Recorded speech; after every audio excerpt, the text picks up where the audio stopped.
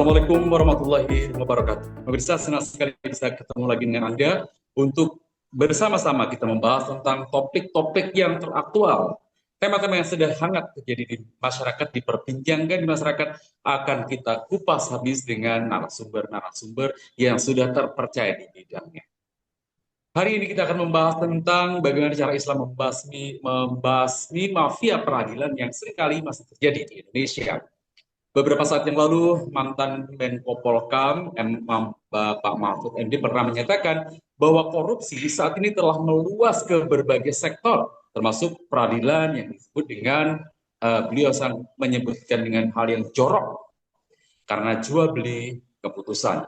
Hal ini mencerminkan kerusakan moral dan sistemik di lembaga peradilan. Bahkan dia mengatakan seandainya ada kasus korupsi yang dibawa ke peradilan, maka ini akan menjadi kasus korupsi yang baru.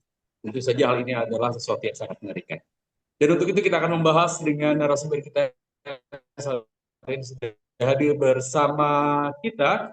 Beliau adalah seorang lawyer, praktisi di bidang hukum, ada Ustadz Ibnu Sohidin Esa. Assalamualaikum Ustadz. Waalaikumsalam warahmatullah. Bagaimana kondisinya, sehat Ustadz? Alhamdulillah sehat. Nah, Ustadz, kita hari ini sedang membahas tentang tema yang sedang marak, yang bukan marak sih, sedang happening banget dibicarakan, yaitu tentang kasus peradilan atau mafia peradilan di Indonesia. Yang sepertinya sebenarnya kalau kita boleh jujur sih, nggak cuma di peradilan, tapi bisa sepertinya di semua lembaga yang ada di Indonesia. Sebenarnya ada apa di Indonesia? Sehingga semua hal sepertinya bisa diperdagangkan, bisa diperjualbelikan, bahkan sampai pada kasus hukum pun bisa ditransaksikan. Hal ini kenapa bisa terjadi, Ustaz? Ya, baik. Terima kasih atas waktu yang telah diberikan. Eh, Terkait dengan mafia peradilan, memang eh, masyarakat seperti terhentak dengan adanya kasus yang kemarin sangat menghebohkan. Yang pertama adalah berawal dari eh, pengungkapan dugaan suap terhadap hakim yang menangani perkara Ronald Tanur ya. Eh, Pada waktu itu kasusnya Ronald Tanur kan sudah sangat menyita atensi publik. Seorang anak anggota dewan kemudian melakukan pembunuhan tetapi divonis bebas. Suatu vonis yang bahkan mungkin tidak terbayangkan oleh masyarakat. Masyarakat sudah biasa menyaksikan pelaku kriminal yang berasal dari kalangan atas itu mendapatkan vonis ringan, tetapi perkara Ronald Tanur ini lebih jauh daripada itu, yakni dia divonis bebas. Padahal jelas di situ ada satu nyawa yang terbunuh begitu. Kemudian ternyata setelah ditelusuri, diketahui ada permainan perkara yang luar biasa. Maka disinilah kita bisa mengkategorikan apa yang terjadi di lapangan itu sudah bukan lagi suatu penyimpangan-penyimpangan, tetapi sudah menjadi suatu eh, kejahatan yang terorganisir dengan luar biasa. Oleh karena itu tidak salah apabila eh, diksi yang dipakai adalah mafia peradilan. Mafia ini kan suatu diksi yang menggambarkan kelompok kriminal ya kalau asal usulnya kan dari Italia ya. Tetapi kemudian ketika mafia peradilan ini adalah suatu tindakan yang sudah sedemikian terorganisir untuk merekayasa suatu peradilan agar keputusan-keputusannya itu bisa sesuai dengan apa yang mereka harapkan. Nah, perkara Ronald Tanur itu memang eh, di sana ada suatu rekayasa. Mulai dari penunjukan majelis hakim itu sudah ada rekayasa. Jadi ini memang betul-betul mungkin momen yang sangat bagus bagi kita ketika kita menyaksikan bahwa sampai penunjukan siapa yang akan menjadi hakim dalam perkara itu bisa diatur oleh seseorang mantan pejabat di Mahkamah Agung yang disebut-sebut bernama Zara Frikar. Ya. Tetapi Zara Frikar ini kan dia tidak bekerja sendiri karena pada waktu itu dia sudah menjadi apa namanya sudah purna, sudah pensiun begitu. Tetapi dia tetap bisa untuk mengatur siapa saja hakim yang akan menangani perkara Ronald Tanur. Dan itu terjadi. ada permintaan dari pihak Ronald Tanur melalui pengacaranya bernama Lisa Rahmat ya. Kemudian dia berkomunikasi dengan Zara Afrika, minta hakimnya nanti dipilihkanlah yang begini begitu. Itu bisa terjadi. Hakim Pengadilan Negeri Surabaya kemudian dipilih, komposisinya ada 3 orang itu ya, ada Heru, kemudian ada yang 2 itu, dan vonisnya pun sesuai dengan yang diminta, yaitu bebas. Luar biasa sekali. Ternyata di dalamnya itu ada permainan uang sampai 3,6 miliar ya waktu itu, dan beberapa uangnya itu memang diberikan dengan cara tunai ya, beberapa itu disampaikan, diserahkan itu di Bandara Ahmad Yani Semarang, dan uang itu diserahkan pada hakim ketua, dan hakim ketua membagi uang itu dengan hakim anggotanya. Ini kan menunjukkan bahwa memang sudah sedemikian parah apa yang kita sebut dengan mafia peradilan ini. Memang sudah hal itu bukan lagi suatu semacam tuduhan tanpa bukti, tetapi memang di lapangan hal itu terjadi, betul-betul terjadi. Dan kalau ada pertanyaan mengapa bisa sedemikian terjadi, kenapa sampai diperdagangkan penegakan hukumnya, karena ya ada pihak-pihak itu yang tidak ingin mendapatkan suatu putusan yang tidak menguntungkan bagi dia. Rata-rata seperti itu. Banyak pihak yang kemudian membayar lembaga-lembaga aparat penegak hukum supaya dia mendapatkan putusan yang sesuai dia harapkan, meskipun posisinya dia lemah, seperti kasusnya Ronald Tanur. Tetapi yang lebih parah lagi sebenarnya ada pihak-pihak yang dia di posisi orang yang korban, tetapi dia pun harus membayar demi mendapatkan akses terhadap hukum. Ini juga terjadi. Jadi tidak hanya orang-orang yang ingin bebas, yang ingin terbebas dari tuduhan, dari dakwaan, dari putusan pidana, tetapi juga ada masyarakat sebenarnya terpaksa membayar karena kalau tidak bayar tidak akan mendapatkan akses hukum. Nah, ini sebenarnya menggambarkan betapa sudah sedemikian rusaknya lembaga penegakan hukum di Indonesia, dan sudah menjadi suatu yang diketahui oleh bersama bahwa memang baik untuk lepas dari segala dakwaan maupun agar mendapatkan hak-haknya yang dirampas, masyarakat itu harus membayar. Memang sedemikian parahnya yang terjadi di dunia peradilan hari ini. Jadi memang cukup pas jika disebut sebagai mafia, Ustaz ya, karena mereka bekerjanya sistemik seperti sindikat begitu, sebenarnya pas ya memang penyebutan itu ya. Iya, tepat Baik, sekali. baik. Bagaimana Ustaz mafia peradilan ini bisa terjadi? Apakah hal ini menurut pengamatan Ustaz hanya terjadi di tingkat pengadilan saja atau juga di lembaga-lembaga yang lain? Iya, mafia peradilan yang ya kita sebutlah bahwa eh, meskipun dengan istilah mafia peradilan, tapi sebenarnya eh, hal-hal itu sudah terjadi mulai dari level yang paling bawah. Ambillah contoh, kita sedang membicarakan masalah pidana. Masalah pidana itu mulai dari tingkat kepolisian, penyidikan, kemudian tingkat kejaksaan, ya, dilimpahkan ke kejaksaan, kemudian disidangkan, itu melalui paling tidak ada 3 tahap. Dari ketiga tahap itu, semuanya berpotensi terjadi suatu rekayasa hukum agar suatu kasus itu bisa eh, apa namanya bisa diarahkan sesuai dengan yang diharapkan. Jadi sebenarnya tidak hanya di level peradilan atau hanya di level persidangan di pengadilan saja, tetapi banyak perkara yang kemudian juga ada main uang, ada main transaksional di level kepolisian maupun kejaksaan. Ini sudah terjadi juga. Hanya saja memang untuk beberapa perkara yang itu sifatnya adalah perkara yang besar, perkara yang menyita perhatian publik, tentu mereka tidak akan bermain di level penyidikan maupun di level penuntutan di kejaksaan, tetapi mereka akan bermain di level peradilan. Kenapa?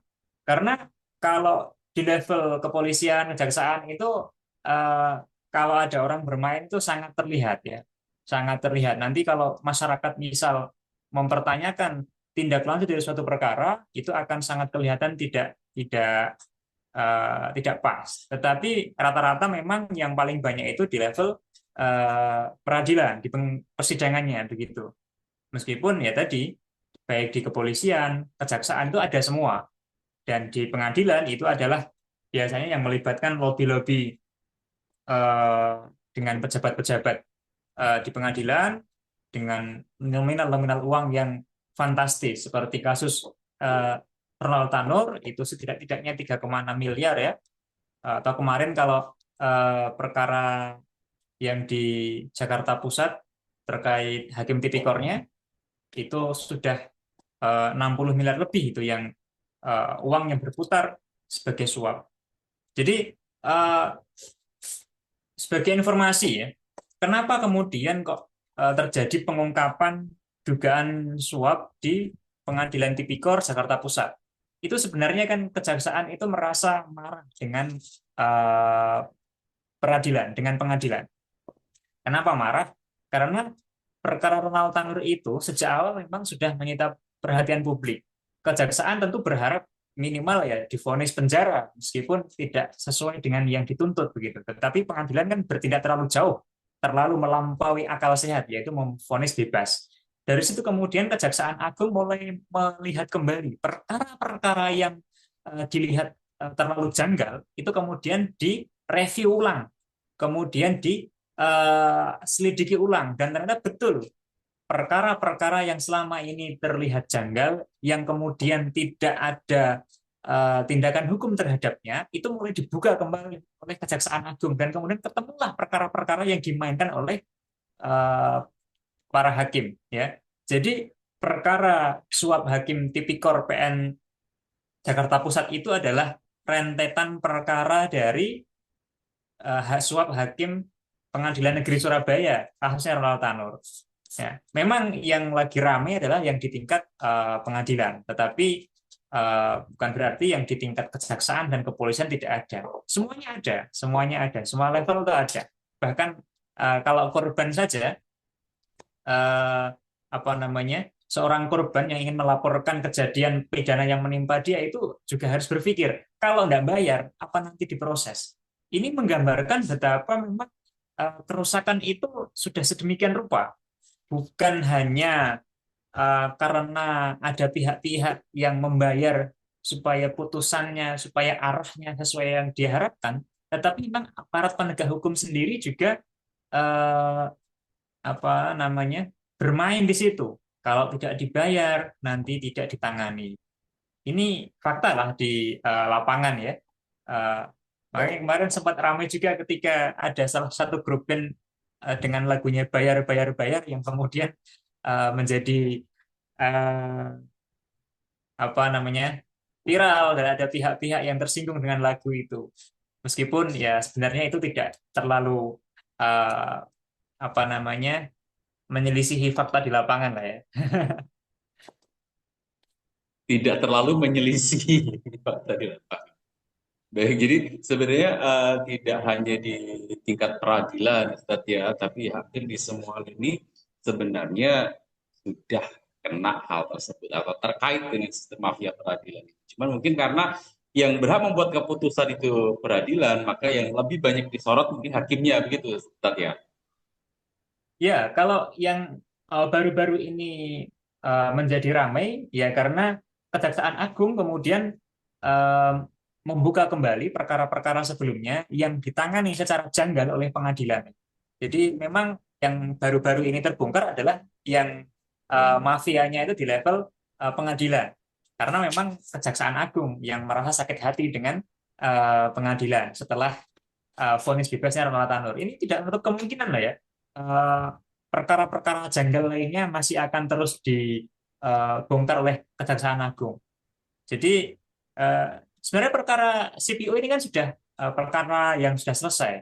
Tapi setelah dibongkar kembali, oh ternyata di dalamnya memang ada permainan begitu. Semuanya berawal dari tawar yang kemarin di Surabaya. Berawal dari situ, kemudian Kejaksaan Agung minta diusut kembali.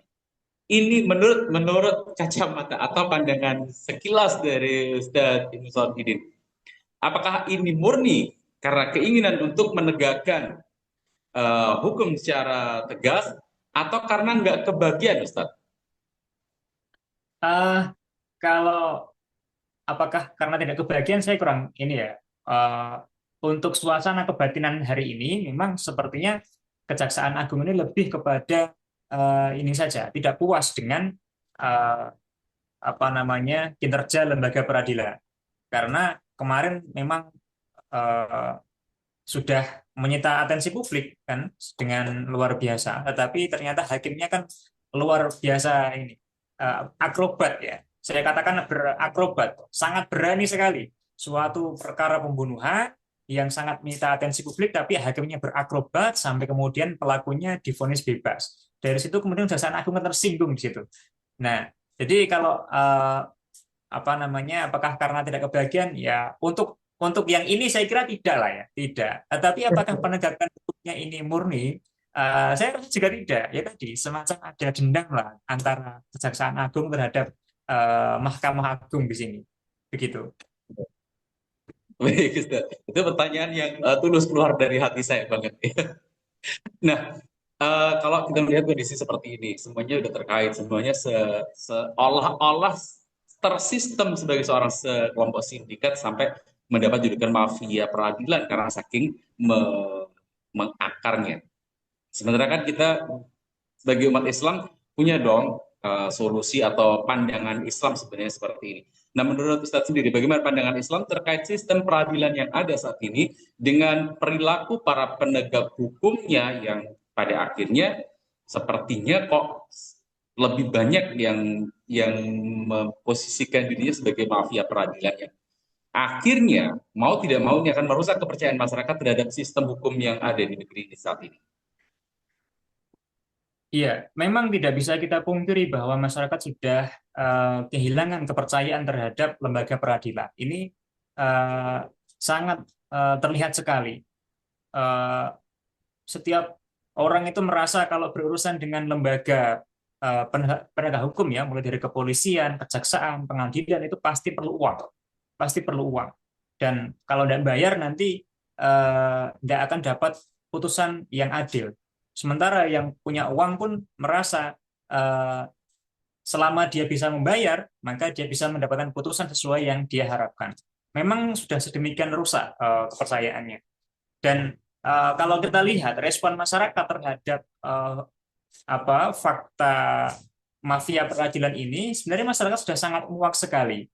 Oleh karena itu, setiap kali ada pejabat, ada hakim yang tersangkut kasus-kasus mafia peradilan, itu masyarakat marah, menunjukkan reaksinya itu dalam eh, apa komentar-komentarnya di sosial media. Mereka berkeinginan, mereka berharap orang-orang dari lembaga penegak hukum yang melakukan kejahatan, terutama kejahatannya adalah terkait dengan mafia peradilan, korupsi dan sejenisnya itu, diharapkan dihukum dengan hukuman yang lebih berat daripada yang eh, seumpama pelakunya itu masyarakat biasa. Betul ya? Jadi kalau pelakunya itu hakim, itu masyarakat akan marah sekali dan berharap hakimnya itu dihukum dengan hukuman berat. Banyak yang minta hukuman mati. Meskipun sampai sejauh ini kita belum eh, tahu ya, belum pernah ada seorang aparat penegak hukum, apalagi khususnya adalah dari eh, hakim itu yang divonis hukum mati, meskipun dia melakukan korupsi, itu belum belum pernah ada. Tapi sebenarnya masyarakat itu sudah sangat kecewa sekali. Masyarakat berharap ada sanksi yang berat. Bahkan ada yang minta undang-undangnya diubah supaya hukuman mati ini lebih mudah dijatuhkan. Tapi faktanya kan tidak didengar oleh para legislator, oleh pemerintah yang membuat hukum, yang membuat undang-undang. sampai hari ini sebenarnya masyarakat itu tidak puas dengan pasal-pasal yang digunakan, ancaman-ancaman pidana yang digunakan untuk menjerat para pelaku mafia peradilan. Pinginnya masyarakat itu hukumannya lebih berat daripada itu yang jelas. Banyak yang apa namanya yang ingin diberlakukan hukuman mati seperti yang berlaku di Cina. Aspirasi-aspirasi itu tentu didengar oleh para anggota DPR, oleh pemerintah, tetapi tidak pernah kemudian itu ditanggapi, kemudian dituangkan dalam undang-undang. Kalau katanya undang-undang itu berasal dari aspirasi masyarakat, dalam poin ini kita tidak melihat adanya uh, upaya pemerintah DPR untuk membuat undang-undang, mengubah undang-undang sesuai yang diharapkan rakyat. Jadi kalau seperti ini terus, saya rasa rakyat juga tidak selayaknya berharap dengan yang ada. Karena sebenarnya kerusakan tidak hanya ada di level aparat penegak hukum saja, tetapi sudah sampai pada level penyelenggara negara lainnya, sampai di level-level tertinggi itu sudah rusak. Oleh karena itu kita tidak heran kalau kemudian eh, DPR dan pemerintah tidak mau adanya hukuman mati yang sedemikian lebih mudah dijatuhkan. Hari ini kan pasalnya ada, tetapi pelaksanaannya itu tidak pernah terjadi. Dan ketika masyarakat itu meminta, itu tidak pernah ditanggapi. Karena memang selama ini pemain-pemain yang ada di balik mafia peradilan itu juga tidak jauh-jauh dari lingkaran kekuasaan. Eh, Bahkan beberapa pihak yang ada di legislatif maupun di eksekutif itu sengaja memainkan hukum supaya sesuai dengan keinginannya. Kita tentu tidak lupa ya dengan demo besar-besaran tahun 2020 ya, ketika akan dilakukannya revisi Undang-Undang KPK. Jadi sebenarnya rezim pemerintah sendiri itu sudah jauh ini dari upaya untuk memberantas mafia peradilan, jauh sekali, jauh sekali. Jadi kalau mengharapkan dengan yang sekarang, saya rasa tidak ada harapan lagi. Dan yang perlu kita ingat sebenarnya begini, eh, mafia peradilan ini kan, kalau boleh kita buat simpel ya, suatu peradilan yang tidak menerapkan aturan yang semestinya, kan begitu ya. Misal ada aturan bagi pembunuh itu dihukum penjara, tetapi faktanya di lapangan pembunuhnya justru divonis bebas. Ini kan yang dipahami oleh masyarakat kan begitu. Jadi mafia peradilan itu adalah suatu praktik peradilan di mana putusan-putusannya itu tidak sesuai dengan aturan hukum yang ada, kan begitu. Simpelnya begitu. Tapi kalau kemudian kita mau jujur, sebenarnya yang terjadi di Republik ini lebih jauh daripada itu.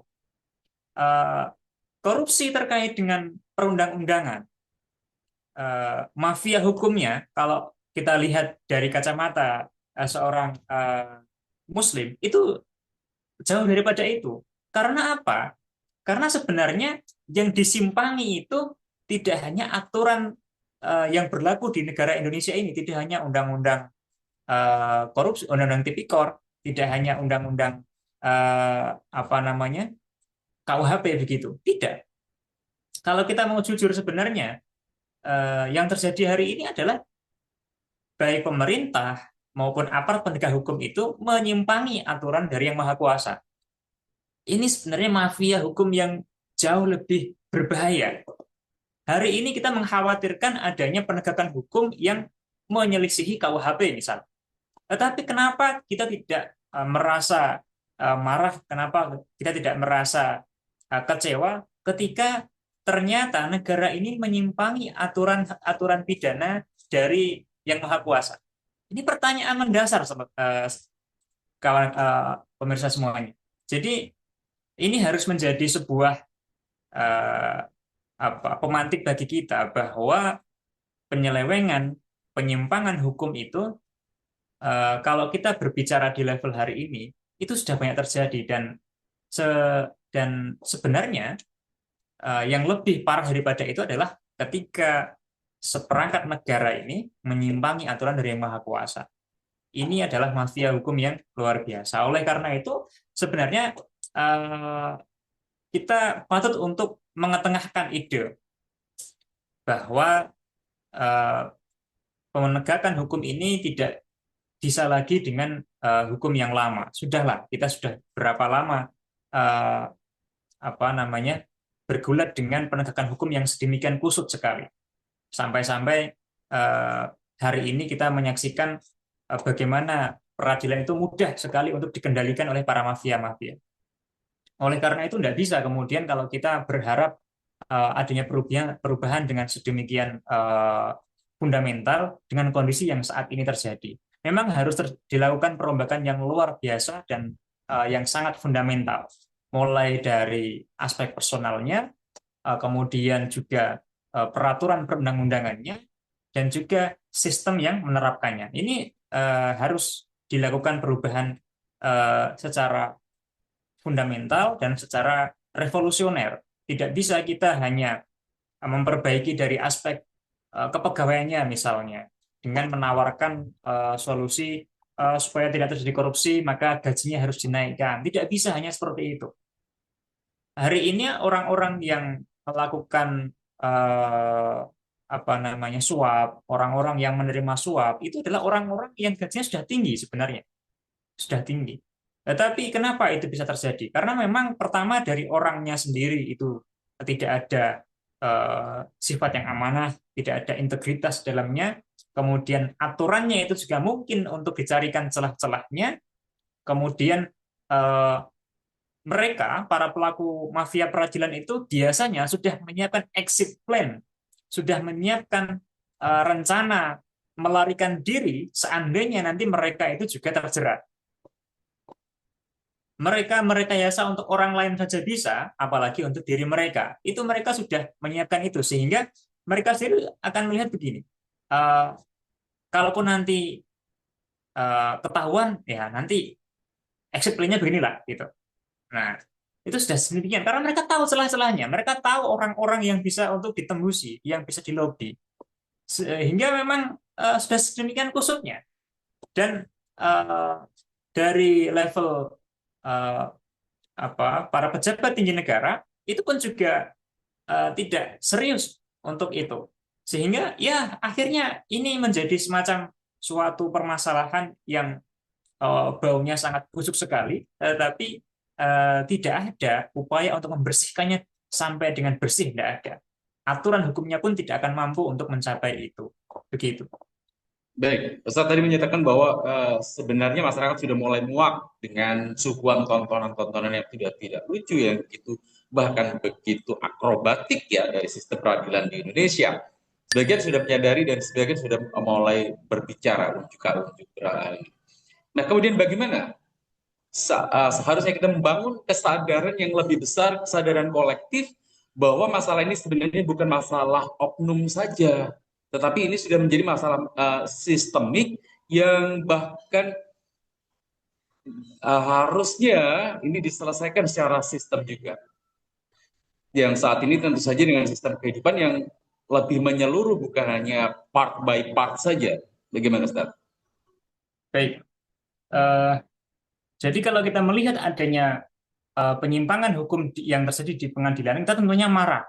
Kita sebagai masyarakat, kita marah, kita kecewa dengan hal itu. Tetapi sebenarnya selama 70 tahun lebih negara ini berdiri, telah terjadi penyimpangan, telah terjadi penyelewengan terhadap aturan-aturan Allah Subhanahu wa taala. Ini yang harus menjadi suatu pemantik kesadaran kita bahwa uh, kita tidak bisa menutup mata, menutup telinga bahwa kerusakan-kerusakan yang terjadi di negeri ini bisa jadi adalah karena sebagai sebuah negara, Indonesia tidak menerapkan aturan dari Allah Subhanahu wa taala. Padahal jelas bahwa kita sebagai muslim diseru untuk terikat dengan hukum-hukum Allah, baik dalam aspek personal maupun kemasyarakatan dan dalam bernegara. Kita melihat hari ini salah satu kenapa mafia peradilan masih banyak terjadi karena memang ancaman hukuman bagi pelaku-pelaku itu sangat rendah. Tidak, kemudian juga tidak ada komitmen dari eh, pemerintah untuk menegakkan sanksi itu bagi para pelaku. Karena seperti kita lihat hari ini, hakim yang menerima suap di kasusnya Ronald Tanur itu, yang hakim ketua dan hakim anggota itu dituntut pidana penjara 9 tahun saja. Sementara hakim anggota yang bernama Heru, yang memang mungkin karena dia pada saat apa diperiksa itu bulat ya, dia tidak terus terang mengakui perbuatannya, dia itu dituntut 12 tahun penjara. Ini kan suatu eh, apa namanya tuntutan yang ringan sekali. Ini baru tuntutan, belum nanti vonisnya. Bisa jadi vonisnya lebih ringan daripada tuntutan dari jaksa. Oleh karena itu, dengan kondisi semacam ini, eh, apa kita tidak bisa lagi kemudian melakukan perbaikan-perbaikan dengan uh, dari sisi kepegawaiannya, kemudian dari sisi gaji dan lain sebagainya. Memang disinilah kita semestinya sudah menyadari bahwa kerusakan-kerusakan yang hari ini kita lihat, yang hari ini menimpa negeri ini, uh, bisa jadi adalah karena kita menyelisihi aturan-aturan dari Allah Subhanahu Wa Taala. Oleh karena itu, kita harus mulai membuka diri terhadap uh, solusi yang lebih fundamental, solusi yang lebih sistemik terhadap permasalahan dari mafia peradilan ini untuk mengakhiri penyelewengan terhadap hukum, maka kita harus uh, memperjuangkan penerapan hukum dari Allah Subhanahu wa taala. Begitu. Sepertinya kita sudah eh, tidak bisa lagi menyandarkan atau menaruh harapan untuk terjadi perubahan karena sudah sedemikian menjalarnya kemana-mana kerusakan, kecurangan yang terjadi di sistem negeri ini. Nah, bagaimana menurut Ustadz, bagaimana agar kemudian bisa terjadi reformasi hukum secara komprehensif dan tidak terpotong-potong lagi seperti ini? Baik, kalau saya menyampaikan sudah tidak cukup lagi dengan reformasi ya. Eh, Karena reformasi itu kan masih di dalam sistem yang sama, reformasi. Tapi kita perlu suatu perubahan yang lebih besar daripada itu, yaitu revolusi, revolusi hukum begitu, yang lebih fundamental, yang lebih menyeluruh begitu. Eh, karena tadi, ketika kita kembalikan penyelesaiannya itu kepada aturan yang ada ini sudah tidak lagi ditakuti, tidak lagi ditakuti.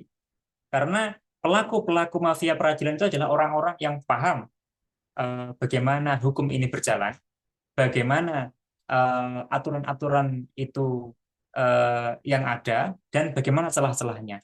Jadi kalau kita gunakan aturan yang hari ini ada, itu para mafia itu sudah lebih paham daripada kita. Mereka itu sudah lebih jago mencari celahnya, bahkan mereka itu sudah bisa menghitung. Misal katakanlah begini, dalam satu perkara seorang hakim menerima suap sampai dengan 1 miliar lah ya, 1 miliar. Kalau kita jujur, eh, masih banyak sekali pekerjaan di Indonesia ini yang ketika orang itu bekerja sampai dia mati tidak akan mendapatkan uang sampai 1 miliar. Ya, apalagi kalau apa namanya hakim itu hanya ASN biasa, tidak akan sampai 1 miliar sampai dia mati. Ya, gaji yang dia dapatkan. Sehingga eh, orang berani sekali melakukan itu karena merasa ibaratnya orang Jawa itu, yo Mas yo hari ini rugi, tetapi Mas yo hari ini masuk penjara, tetapi tidak rugi-rugi amat begitu. Jadi sudah tidak bisa lagi kita menggunakan aturan yang ada hari ini. Reformasi tidak cukup karena diperlukan revolusi. Mulai dari apa namanya eh, dasar daripada hukum yang digunakan sampai kemudian ancaman hukuman bagi para pelaku itu harus berubah. Mafia peradilan hari ini tidak akan takut dengan ancaman pidana 12 tahun, tidak akan takut dengan ancaman pidana 9 tahun. Kalau kita masih terus seperti ini, tidak menutup kemungkinan di esok hari akan muncul apa namanya suatu mafia-mafia peradilan lagi yang lebih besar. Mungkin para pelakunya akan begini. Ya, karena hari ini ancaman pidananya 12 tahun, ya saya minta dinaikkanlah suapnya begitu. Dan pasti akan banyak orang yang berani untuk menaikkan suapnya. Begitu. Jadi kalau mekanismenya masih seperti ini, eh, para mafia peradilan itu mereka masih masih bisa, masih bisa. Jadi kalau nanti mereka merasa hari ini kami ancamannya lebih berat lah daripada 2023 gitu. Nanti mereka akan minta suapnya dinaikkan. Ya. Jadi ini sangat gila sekali, sangat luar biasa sekali ini. Tapi kalau kemudian ancamannya itu sampai kemudian ancaman mati, ya ini eh, dan pemerintahnya komitmen untuk menerapkan aturan itu, maka ini akan membuat orang berpikir ulang. Ya kalau kemudian sanksinya itu pidana mati dan pidana matinya itu betul-betul terlaksana, orang mana yang mau gila, kemudian menerima sedemikian uang, tetapi dengan risiko mati yang tinggi, kan begitu.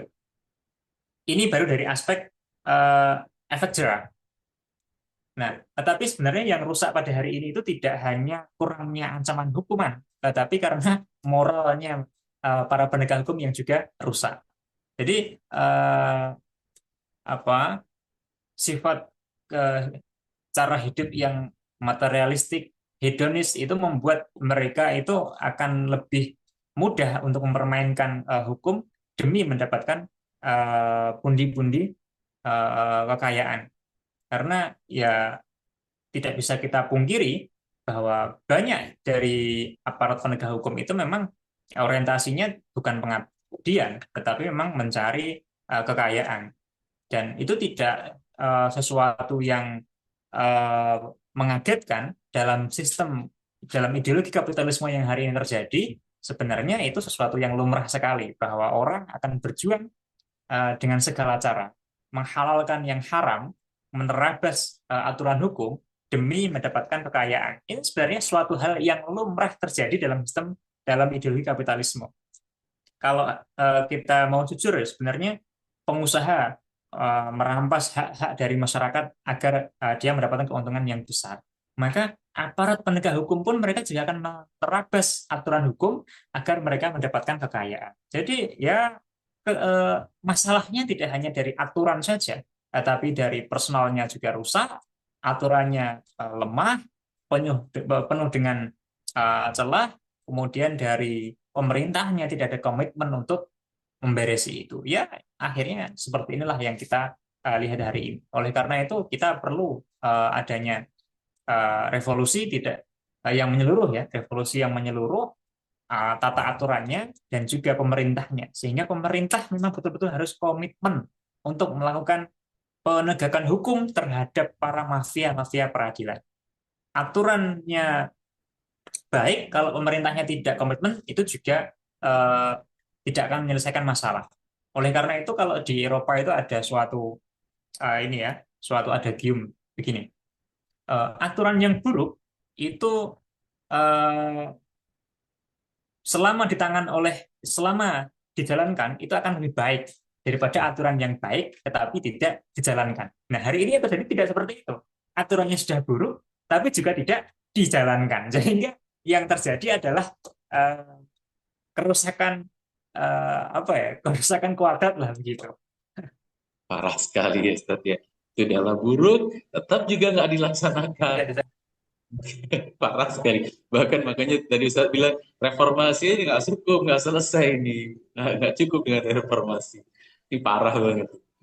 Baik Ustaz, kita pengen ngobrolnya banyak sih, cuma karena keterbatasan waktu, kita harus mengakhiri obrolan kita. Dan tema kita hari ini adalah tentang cara Islam membasmi mafia peradilan yang khususnya kita bicarakan dengan Indonesia. Tentu saja kita ingin mendengarkan closing statement dari Ustaz untuk tema kita hari ini. Bagaimana cara Islam membasmi mafia peradilan khususnya.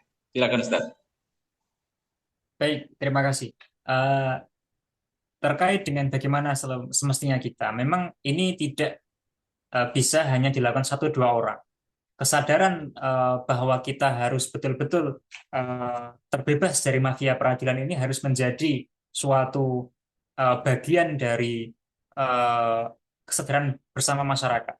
Jadi ketika masyarakatnya kemudian sadar bahwasanya kita harus menyelesaikan sengkarut masalah mafia peradilan ini, kemudian juga pemerintahnya eh, apa namanya mau untuk itu, maka itulah yang semestinya kita lakukan. Karena kerusakannya tidak hanya di level para penegak hukum, tetapi sudah sampai di level yang atas, bahkan juga di level yang paling bawah. Sehingga memang kita harus bersama-sama menyadari permasalahan ini adalah permasalahan yang sistemik, yang mungkin tidak akan selesai dalam waktu 1 hari, tetapi kita semua harus memulainya, bahwasanya penyelewengan hukum ini harus diakhiri.